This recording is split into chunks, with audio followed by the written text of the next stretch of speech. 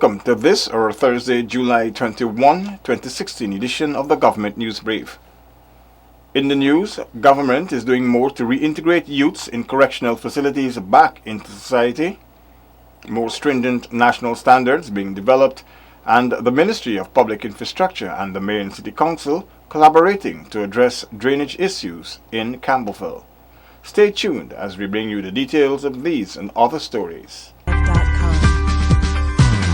The non-governmental organization Red Thread believes that signing on to the Hague Convention could lead to more stringent national standards being developed for children.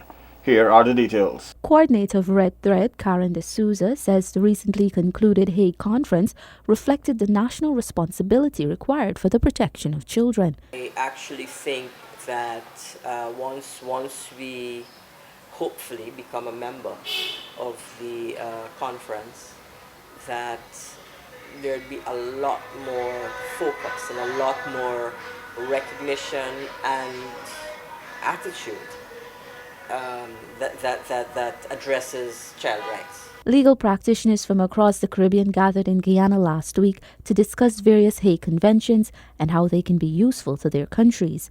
At the opening ceremony of the Hague Conference, President David Granger highlighted laws that exist to protect children locally. These include the Status of Children Act, the Child Protection Act, the Adoption of Children Act, Sexual Offences Act, Custody, Contact, Guardianship and Maintenance Act. D'Souza acknowledged that the Hague Convention on Children's Issues could be used to strengthen national laws. This sentiment was also reflected by President Granger. Guyana's legal architecture, however, relating to the protection of children and to issues of family law is far from finished. We expect that the deliberations of this conference will assist us in improving our systems. The women and children's rights activist D'Souza, meanwhile, says she would like to see a more stringent enforcement of the UN Conventions on the Rights of the Child, to which Guyana is a signatory. So one is to, push the national agencies to actually implement in a serious way what we know to be necessary, which is not happening at the moment. And the next thing is that the international aspect, which is what the Hague Conference is about, would actually be of really excellent service to a number of situations that we're aware of. The APNU-AFC government has committed to examine ways of strengthening its human rights framework. For the Government News Brief, I'm Tiffany Rogers. Thank you for staying with us. I'm Paul McAdam. Here now are the details. The Guyana National Bureau of Standards is pushing to have a legal metrology bill passed in Parliament in order to review the Weights and Measures Act of 1981. Here is that report. A legal metrology bill will address the modernization of the metrology standards so as to have the Weights and Measures Act of 1981 revised. Public Relations Officer of the GNBS tells us why. Currently, we have our 1981 Weights and Measures Act, and of course 1981 is a while since to 2016. It has been a while, and we have recognized the need. Things have changed. What we intend to do is to relook at our metrology bill. We've revised our metrology bill, and we need to take it back out into the regions to stakeholders, to have them comment, to review that document so that at the end, when it becomes an act and we begin to enforce the act, people will be satisfied. The agency has projected that this exercise is to be completed by the end of the year, according to the head of Conformity Assessment Department, Candle Walcott Bostwick. I would foresee by the end of this year, because after the consultations, the second round of consultations would have been completed, we would send it to our subject minister, which he will deliberate on it, and then he has to take it to Parliament. The revision of the Weights and Measures Act of 1981 will ensure that regulatory agencies enforce the rule of law. Walcott Bostwick explains. It's to encourage our manufacturer, once you're using weighing and measuring devices, and especially devices that will be used for trade or to generate money, it will be a bill that will have an impact on your industry. The Guyana National Bureau of Standards will be venturing into all 10 administrative regions in September, hosting public consultations on the Act in order to gain support from stakeholders as they move towards the revision of the legal metrology bill. With this news brief, Glendon Greenwich. Youths in correctional facilities are being supported through the Social Protection Probation's Department aftercare program, which allows them to be reintegrated into society. More in this Seneca Thorne report. The aftercare program seeks to ensure that youth in the penal institution, including the New Opportunity Corps at Underneath Essequibo Coast and the Juvenile Detention Center in Georgetown, are going through a process of rehabilitation.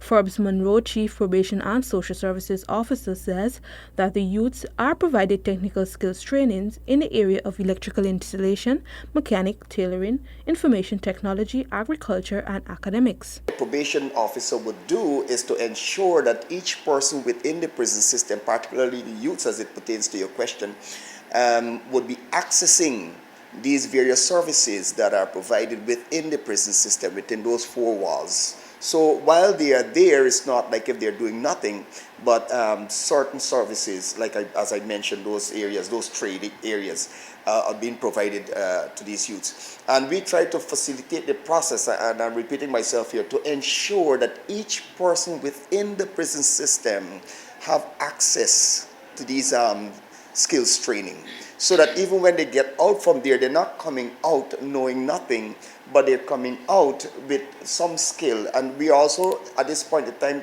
trying to ensure that these persons receive some certification. The program also seeks to provide guidance to the parents so as to ensure that the child is released into an environment that promotes development. Oslin Crawford Smith, Assistant Chief Probation Officer, explains. If the child is committed to NOC, the probation department has responsibility for providing what is known as aftercare for those youths. And what is aftercare?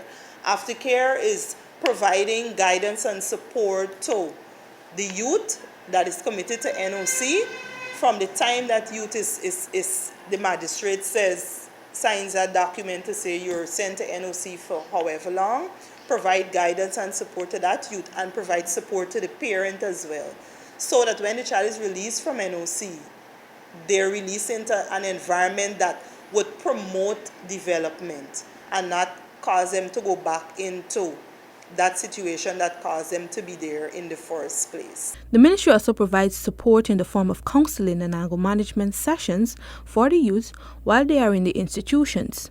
After they are released, the ministry also conducts follow-up over a 6-month period to ensure there are behavior modification and adjustments. The intention is to ensure that when the youths are released from the correctional facilities, they are equipped to make meaningful contribution to society. For the Government News Brief, Seneca Thorne reporting.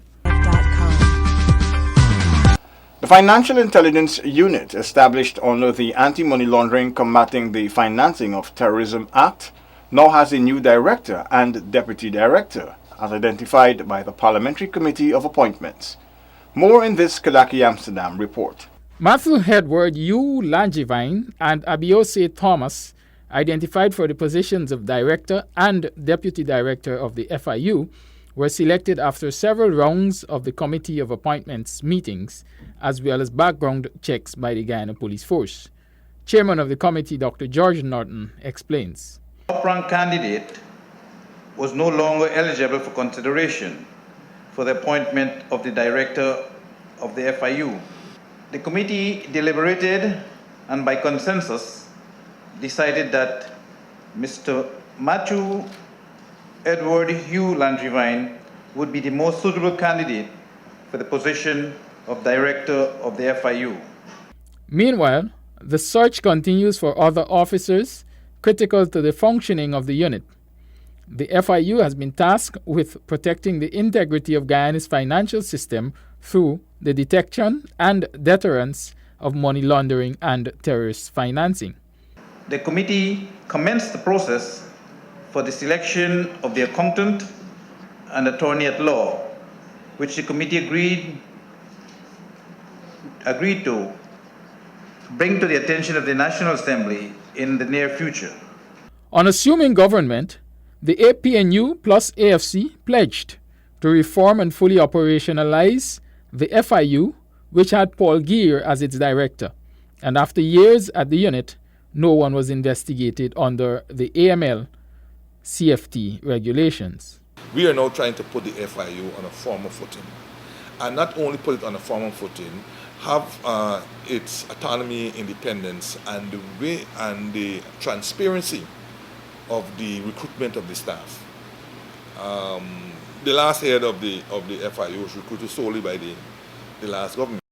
This head of the FIU and the deputy head and the lawyer and the accountant and so on, of positions that have been advertised very long ago, are going to be recruited through a process, a parliamentary process, that involves the opposition.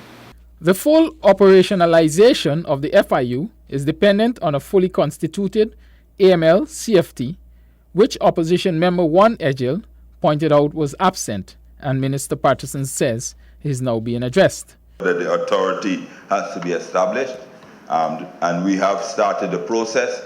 The reason why the authority, we are waiting responses, sir, from all the entities that we were invited to submit nominees for eligible nominees for the authority. According to Minister of Legal Affairs Basil Williams, the establishment of the FIU among other state agencies is deemed critical to Guyana being removed from the Financial Action Task Force and or the Caribbean Financial Action Task Force, CFATF, a list of non-compliant countries. An impending visit by the FATF ICRG co-chairs will see visits to the FIU, SOCU, Bank of Ghana, Ghana Securities Council, the Department of Cooperatives and the Friendly Societies, the Supervisor of Insurance, money transfer agencies, and the commercial banks.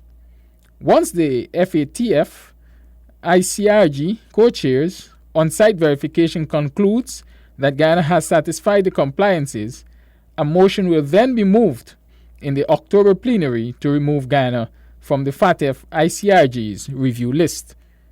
Kidaki Amsterdam for Government News Brief. Most of Ghana's urban population is at risk of flooding, since the country's low-lying coast is below sea level. The Ministry of Public Infrastructure, in collaboration with the Mayor and City Council, is currently working to address this issue. More in this report. A team of councillors from the MNCC, along with Community Coordinator, Ministry of Public Infrastructure, Nielsen McKenzie, today visited communities in Camberville to assess the drainage problems that threaten the communities within. What we're doing is more or less a fact-finding exercise to determine what are the persistent problems which have been plaguing these communities for a long while, and two, how we could work together to remedify these situations to ensure that citizens as a whole benefit from improved drainage, improved desilting mechanisms to ensure at the bottom end that the yards are not flooded, the businesses are not flooded, the streets are not flooded, and they ensure a better quality of life. From observations, it was discovered that many of the drains in the communities are in a poor state and need urgent attention. Mackenzie explains. Initially, we started by going through the Bel Air Park area, looking at where there were serious blockages, where culverts might have failed, or in some cases they were heavily silted up. Then we moved on to the Section K Camberville area, where there's some serious problems with drainage in that area. There's been absolutely no desilting work of any sort done in that area for a number of years. So it is a priority area in terms of intervention. We looked briefly at Lamaha Gardens to see what will be done, but that too is not a high priority area because the level of flooding is not the same like in some areas. And then we finally came down to the Newtown area, this Danrat Street area. Councillor Alfred Mentor says that the communities are in his constituencies and this is a fulfillment of his promise to the residents. I did engage the residents and I did say to them that I will try my best at the council level to be able to bring solutions to their problems. wasn't able to do that yet because there are a number of other things that have been distracting us at the council that caused me not to be able to bring the kind of solutions necessary for them. But I'm still on the case. Mackenzie says the affected communities will benefit from immediate relief as the Ministry of Public Infrastructure and the MNCC are working to address the issue. Renetta LaFleur for this Government News Brief.